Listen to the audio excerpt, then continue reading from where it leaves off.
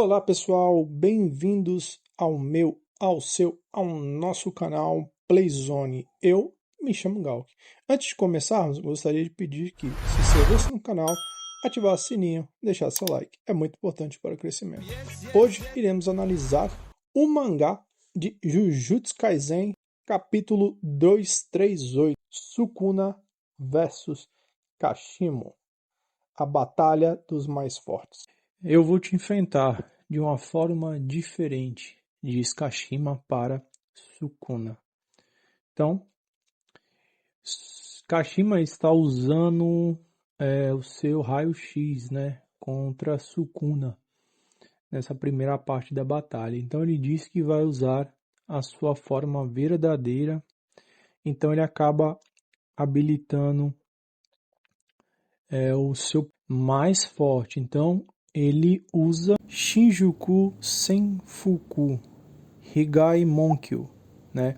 Ele acaba usando a sua habilidade, né, da fera, da besta, muito mais, né? Então a gente vê que ele acaba ficando com um aspecto muito mais bestial, né? Com 3 olhos, 3 bocas, então automaticamente ele fica muito mais forte. Então vemos que ele tem uma fraqueza, né? Então apesar da questão das mãos, né?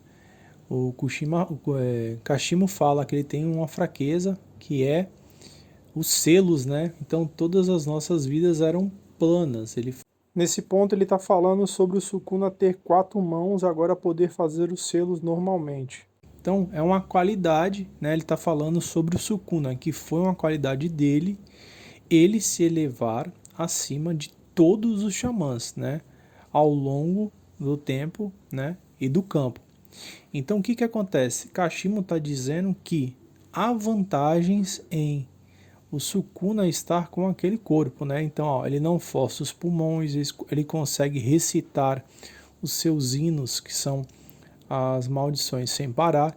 E além disso, independente do corpo dele ter se deformado, as funções físicas ele não perdeu nenhuma, né? Então basicamente ele só tem vantagens. Então é dito que mesmo o Sukuna com aquele corpo estranho para um feiticeiro não prejudica ele, né? Então basicamente tudo está indo, tipo, para ele é muito propenso, né? Então é muito benéfico.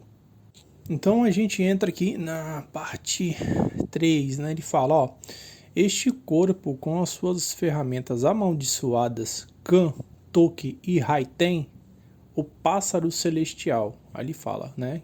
São as armas amaldiçoadas. Ele aniquilou todos os 5 generais do vazio, quanto à unidade do Sol, da Lua e da Estrela, pertencentes à família Fujiwara do Norte.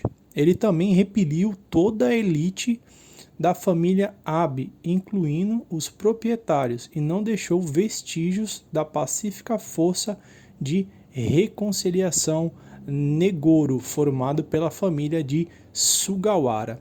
Então a gente vê que o Sukuna ele não está no seu ápice de força ainda, porque ele não está com todas as suas ferramentas amaldiçoadas, está apenas com uma. Então a gente pode ver que o poder do Sukuna ainda é incompleto, né? Ele não está na sua forma máxima. Só por essa parte aqui a gente já consegue deduzir isso claramente. Então nesse momento ele, né, o Kashima ele acaba tentando atacar ali o Sukuna. Ele usa um ataque, né, como se fosse um grito, né? Então a gente tem aqui algumas traduções diferentes de uma para outra. A gente tem Gal de Deus, né? Então a gente pode interpretar desse jeito, como Gal de Deus, um ataque, ou um rugido, né? Então esses são os 2 pontos que a gente tem. E então nesse momento o Sukuna, né, fala, ó, escamas de dragão, evite esse ataque, né? Dissonância, estrela guardiã caída. Então, basicamente, o Sukuna usa aquele ataque de corte, né, que a gente viu quando ele usou contra o Gojo, né? Então, basicamente, ele usou agora contra o Kashimo. Então, a gente vê que o Kashimo ele fala: esse é o golpe que você usou contra o Gojo, né? Então ele fica meio perplexo porque o corte acaba atingindo ele, né? Mesmo não sendo um corte 100%, acabou atingindo ele parcialmente, né? Então eles começam a dialogar um com o outro, né? O Sukuna e o Kashimo. Aí ele fala, o Sukuna: houve um tolo que tentou me ensinar o significado do amor. O conceito dessa pessoa, né, ou dessa palavra, né? Então, a tradução mais ou menos isso. Ele: não sei o que é amor. Eu não sei. Eu estou sozinho porque não tenho ninguém para competir comigo, disse Sukuna. Aí, o que acontece? Ele fala: o ataque do desmembramento que dividiu o mundo. Então, o que acontece? Nessa palavra aqui, ele fala que aquele ataque que o Sukuna lançou, né, é um ataque que acabou partindo a Terra ao meio, né, desmembrando a Terra, né. Isso que ele fala, ele coloca nesse sentido a palavra, que aquele corte é um corte muito forte que acabou dividindo a Terra. Então ele fala: ó, eu entendo o que aquela pessoa estava tentando me dizer, mas não me surpreende, disse ele. Não sei, acho que a escolha foi da pessoa, a pessoa errada. Em vez de mim, né? Sukuna conversa, falando para o Kashimo, ele deveria ter conversado com você ou com Satoru Gojo sobre o amor. Então aqui a gente tem duas possibilidades. Ele deve estar falando sobre alguém, né? E esse alguém pode ser o Itadori, né? Então, nesse contexto aqui a gente percebe isso. Ó, falar com você, né, Kashimo, ou com Gojo sobre o que é amor. Então, ele pode estar citando o Itadori nessa conversa, porque a gente vê que em alguns flashbacks aí anteriores, de episódios anteriores, ele fala muito sobre a questão do amor, né, algo do tipo. Aí ele fala, ó, o quê? Não entendi. Aí ele: você não sabe? Como você não entende? Essa coisa é simples de entender. O que você quer dizer? Aí o Sukuna fala: um, dois, um, dois. Você não tá prestando atenção. Aí ele: você era forte? Não é? Um perguntando pro outro: você era forte? Ele fala: ó, muitas pessoas fortes devem ter desafiado você, Sukuna, com todas as suas forças. Elas não usaram tudo que tinha contra você, mas elas eram pessoas fortes. Então aqui o Kashimo está conversando com o Sukuna e falando, ó, muitas pessoas tentaram desafiar você, né, pessoas fortes, mas elas não chegaram a usar toda a sua força contra você. Então aqui já deixa algumas brechas para interpretações diferentes, tá? Aí fala, ó, então nenhum deles te amaldiçoou. O que eles queriam, Sukuna, é que você os reconhecesse como pessoas fortes. Eles queriam descobrir o seu potencial, né? Aí a tradução, ela tem dois pontos aqui, né? Então a palavra, ela pode colocar diferente. Então ele fala que queriam descobrir o seu potencial. E você terminou de matar um por um. Então basicamente o Sukuna, tipo, terminou e nem reconheceu ninguém. Só pau no gato. Aí ele fala, ó, você me perguntou sobre como interagir e trocar ou conversar com outras pessoas. Se isso não for um caminho ou carinho, é gentileza para eles. Aí ele interpreta bem assim, amor? Mas, então, não entendi, o que você quer falar? Aí ele, ó, somos amados, aí é um ponto de referência, ele fala, ó, somos amados porque somos fortes, ponto. Não respondemos a ele com amor. Então, basicamente, aqui a interpretação é: somos admirados por todos que estão à nossa volta, não porque as pessoas nos amam, elas admiram a nossa força, e isso é interpretado como amor. Ele deixa isso bem claro, né? Ambos conversando. Aí ele fala, ó, Então, ainda assim, você chora por causa da solidão. Então ele acaba falando, ó, você tá chorando porque você fica sozinho, né? Então o Sukuna falando pro Kashima, e por isso que eu te chamei de ganancioso, né? Você é uma pessoa gananciosa.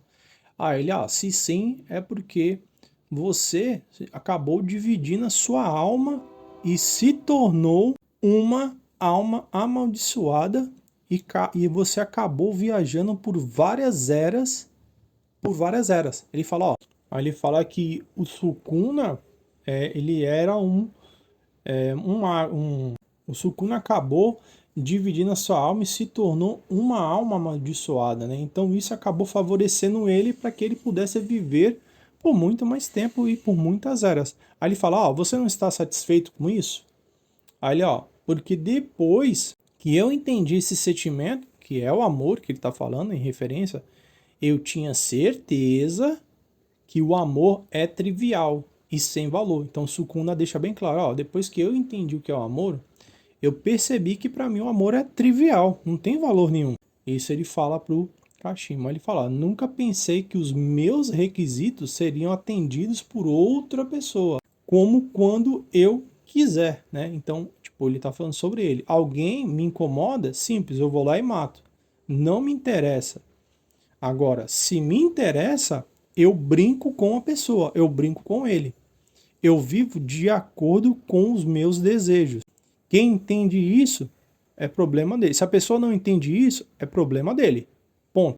Aí o Kashima fala, isso pode ser um pouco chato, né? Olha, pelo contrário, o Sukuna fala, a infinita variação de sabores humanos, então aqui a gente pode interpretar de emoções humanas, lhe dará uma emoção eterna para o passar do tempo. É um momento longo, suficiente para engoli-los e matar. O tempo até que alguém morra. Então aqui a gente pode interpretar. Ele fala engoli-los é tipo satisfazer, né, a sua vontade e depois quando você não estiver mais satisfeito com aquela pessoa, bum, você mata. Basicamente isso que ele quis dizer. Ele brinca com a pessoa até o momento em que a pessoa para ele não serve. Aí ele fala, aí vem você, ó, o que você pode fazer? Então o confronto continua. A gente já entra aqui no. Então, basicamente, aqui a gente percebe o quê?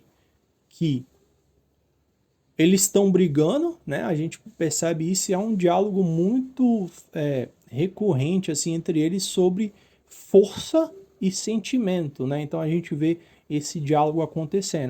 Aí ele fala, ó, no finalzinho ali, ó, ele entrou no campo de batalha, Sukuna, né? Falando, ó, ele entrou no campo de batalha. O que, que você pode fazer? O confronto continua, enquanto Higuruma e Yugi, né? Que é o Itadori, né? Entram no campo de batalha. Então a gente vê que nesse momento da batalha, né? A gente vai entrar aqui agora na parte da teoria. O que que acontece? A gente percebeu que o Kashima ele acabou ali tomando um pau, mano. Essa foi a verdade. Se a gente colocar em pratos limpos, ele tomou um couro. Saiu, né, com o rabo entre as pernas. Então a gente vê que Kashima tomou um pau porque o Sukuna é muito mais forte, se sobressai sobre ele no campo de batalha. Mesmo o Kashima usando aí a sua habilidade de besta ao nível máximo aí, não adiantou. A gente viu que em alguns pontos ali da luta, o Sukuna estava apenas brincando com ele, né? Então a gente vê que o nível do Sukuna já é muito forte com apenas uma arma e o seu corpo aí começando a voltar ao seu estado original, né? Então a gente vê esse ponto. Então a gente tem alguns pontos aqui que a gente vai abrir um pouco para a teoria, que a gente fala que. Então a gente tem esse ponto aqui muito específico na página 25, que ele diz: muitas pessoas fortes desafiaram você. Ponto. Muitas. E ele acabou matando. Ele fala bem assim, ó, como todas as suas forças, não, então, com todas as suas forças, as pessoas lhe desafiaram, mas elas não usaram tudo que tinha contra você. Ponto. Aqui já pode ter uma teoria. A gente pode ver que pessoas fortes lutaram contra você, mas não usaram o poder máximo. Então a gente pode ver que temos possibilidade para o Gojo renascer em algum momento da história, porque ele é uma pessoa forte, mas que ele não usou tudo que tinha. Então a gente tem aí vamos dizer que a gente tem uma brecha na história nesse ponto aqui, tá?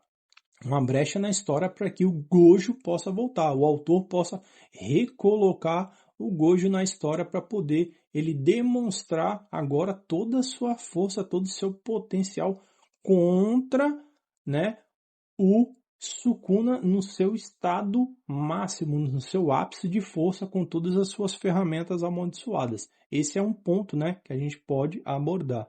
E o segundo é que as próximas pessoas que vierem, né, lutar contra o Gojo, elas acabam aí tentando usar o máximo de força que tem. Por quê? Porque a gente viu que o Gojo acabou aí meio que brincadeiras, né? O pessoal não levou muito a sério o Sukuna e acabou tomando pau. A gente vê aí que o Kashimo, né? Mesmo ele ter usando aí a força máxima dele, o Sukuna tá brincando com ele. Então a gente percebe que as pessoas que estão tentando lutar com o Sukuna no campo de batalha, elas meio entram receosas, né? Porque, eu sou forte, ele é fraco. Não, não. O pessoal não está entrando sério no campo de batalha, está acabando tomando um cacete couro aí brabo e o Sukuna só está rindo da cara deles. Então, essa é a nossa teoria de hoje. A gente tem uma brecha dentro dessa história, que é nessa página que pode dar margem para um retorno aí do Satoru Gojo. Então também a gente tem aqui alguns pontos aqui onde fala sobre as ferramentas amaldiçoadas. Então a gente aqui fala que tem três, né? Então a gente tem que ou são três ou são duas, né? Então a gente já sabe que uma ele está usando. Então basicamente aí como foi essa luta? Então a gente tem que pegar nesse aspecto aí, o que o Sukuna usou, qual tipo de habilidade ele usou, que a gente não sabe. Ele está usando algumas habilidades, mas não sabemos que tipo de habilidade ele acabou usando contra todas essas famílias, né? Se foi uma luta corporal, se foi uma luta mágica, até quando que durou essas batalhas, se elas foram rápidas ou se elas se estenderam por muito tempo, né? Então a gente tem que buscar informação sobre isso. Então aqui também temos brecha na história para inúmeras possibilidades, né? Então a gente vê que o corpo do Sukuna ele é propício para lutas extremas, né? Então a gente já vê também esse aspecto. O Sukuna ele tem um corpo apropriado, né, para se manter aí constantemente e por um longo tempo lutando, mas até quando, né? Então isso também tem uma brecha na história que a gente não sabe quanto tempo é, né? Não é deixado claro. E assim terminamos a nossa análise do capítulo 238 de Jujutsu Kaisen. Fiquem atentos aos próximos capítulos que certamente traremos mais informações e mais revelações sobre essa reviravolta na batalha. Eu vou ficando por aqui. Até mais!